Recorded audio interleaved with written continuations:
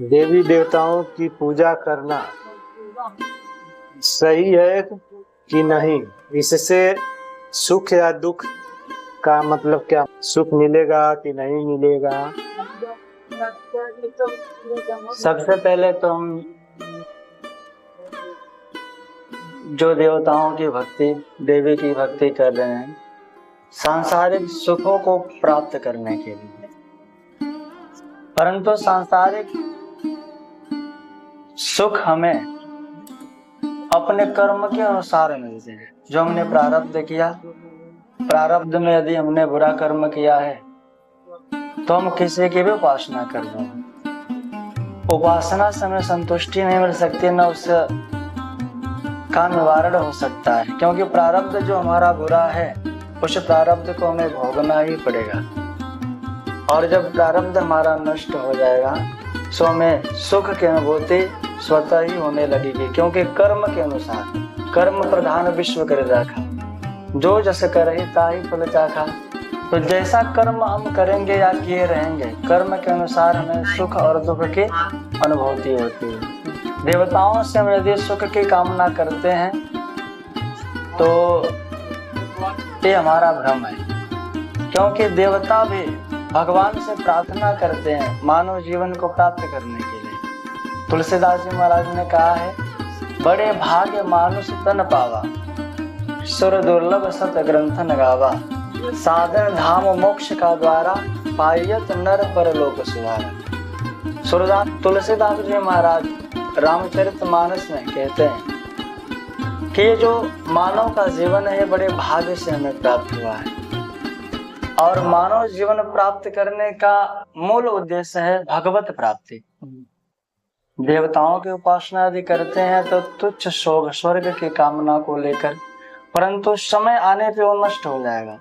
परंतु यदि हम भगवत शरणागति लेते हैं, भगवान श्री कृष्ण जी गीता में भी यही कह रहे हैं कि जितने भी देवता हमारे हिंदू समाज में बताए गए सब मेरे ही अंश हैं, परंतु जो जिसकी पूजा करता है सारी पूजा स्वीकार मैं ही करता हूँ, लेकिन वो पूजा अविधि पूर्वक।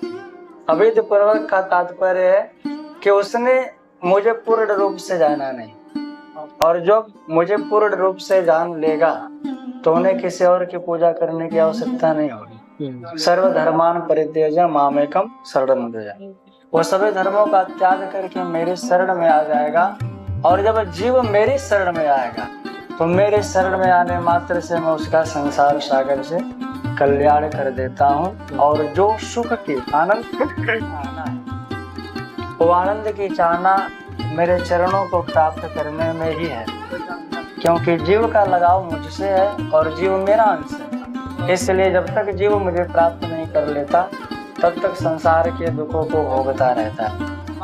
यानी देवताओं की पूजा करने से सुख नहीं मिलेगा? नहीं, देवताओं की पूजा करने से हमें सुख नहीं मिल सकता, क्योंकि सुख की जो अनुभूति होती है वो हमारे कर्म के अनुसार, हमने प्रारब्ध में जैसा कर्म किया।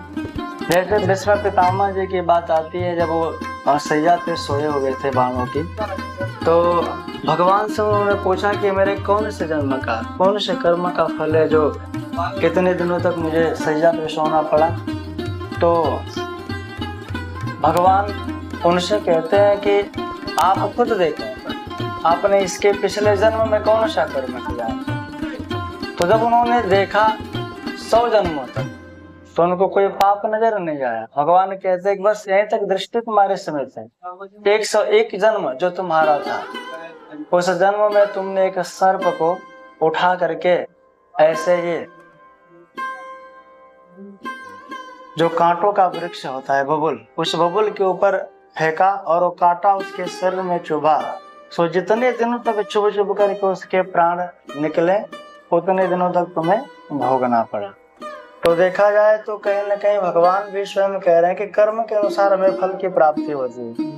तो जब हम कर्म के अनुसार सुख और दुख भोगते हैं तो फिर इसमें देवताओं से मांगने या न मांगने से हमें क्या प्राप्त हो सकता है? कर्म हम कर रहे हैं, कर्म के अनुसार हमें दुख और सुख की अनुभूति हो रही है, परंतु ऐसे दुख और सुख से निवृत्ति पाने के लिए, निकलने के लिए हमें एक भगवत शरणागति होना पड़ेगा।